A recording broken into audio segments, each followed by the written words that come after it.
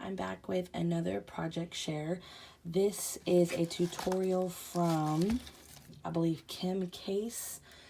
I know she's on YouTube. I will link the tutorial video in the description box below. She is hosting a swap for the Loaded Envelope Galore and More swap group on Facebook. I'm not entirely sure if I'm going to participate in this swap. It's actually already just started, but I loved the idea for Mother's Day gifts. So I put two together pretty quickly, just in about 2 days. And I am giving one to my mom and I'm giving one to my aunt. I always send my aunt flowers on Mother's Day, and I thought this year I would send her some flowers that would last forever. And she's not really one to like to keep a lot of things around, especially homemade things. So I'm also going to send her some ideas on how she can reuse this after she has enjoyed it for her length of time. So I'm going to share those with you, and if you have any ideas, please leave me a comment below sharing your ideas, how you would use these items. I'm always looking for new ways to use rosettes especially.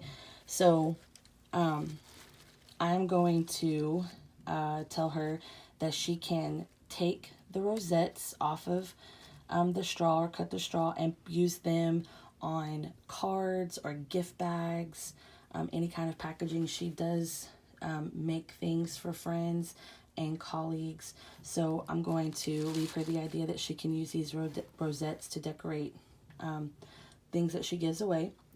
And I'm also going to leave her the idea that she can use the little flower pot as a little gift box. She could fill it up with goodies or candy or whatever she may be wanting to gift to a friend, and then it's already a pre-made gift box. I was thinking about stealing Kim's idea about putting a little pocket on the back so that she can put a card in there as well as she gives it as a gift. And I thought maybe I might put inside the pocket a little quote or little sentiment from me, that way when she has it on her desk like this facing out, she can see a little note or sentiment from me, but it'll be something she can take out and keep and then put a new card in there. So that one, the only thing that's different is this one is blue, and the one, because she likes blue, and the one I made for my mom is pink.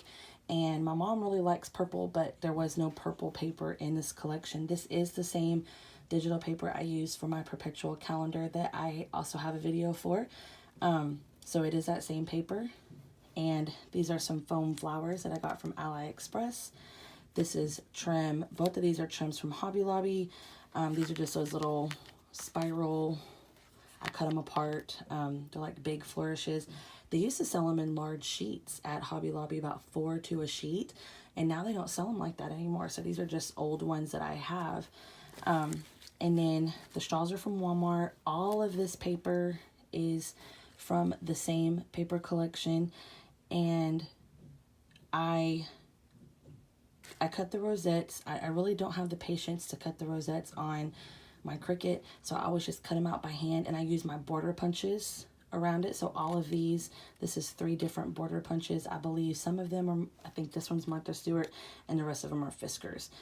And I did cut these little scallop circles from my Cricut, and I made some tulle bows.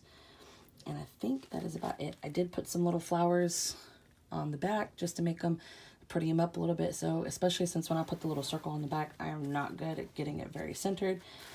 And what I did, and I really don't want to take this apart because I feel like I have it in there perfect. So I got some floral foam from the Dollar Tree. It came in like a half of a sphere, and I cut it in half, and it fit in here perfect. It was exactly this shape. And I stuck the straws in and arranged the flowers the way I wanted them to sit. And I glued them in with some hot glue in the holes. And I filled it with this crinkle paper to kind of look like the soil in an actual flower pot. My problem was, I don't know what I did wrong with this one. It would barely sit up, and it was really lightweight. So I bought some of those little marbles from the Dollar Tree, and I filled them up in the bottom, and this thing is pretty sturdy. It is not going to tip over for nothing. You're going to actually have to give some effort to tip it over. And then I hid some little heart-shaped table scatter, just a couple little pieces in there. Now this one, I did not do what I know I should have done. In Kim's tutorial, she layered 3 layers for the front. I think just this front piece.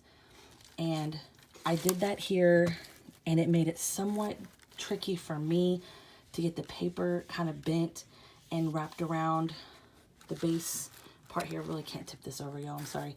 And I felt like maybe that was what made this a little unstable. So I thought, well, I'm just going to skip that and do 1 layer because I'm already using pretty heavyweight cardstock. I'm using 110-pound cardstock that I print on. And I am regretting it because besides the fact that this is really feels kind of flimsy, I am having a hard time getting this to not be so wobbly. So these are packed up exactly the same. And this one, it's not really wobbly. This one is just like moving it. You can see it shaking, whereas this one, it's not. It is in there very firm. And you can kind of see on this one too, I'm trying to get them both in here, how it kind of bows out.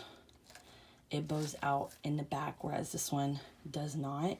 So I definitely recommend do it the way she tells you in the tutorial and use the 3 layers of paper, even if you're already using heavyweight cardstock.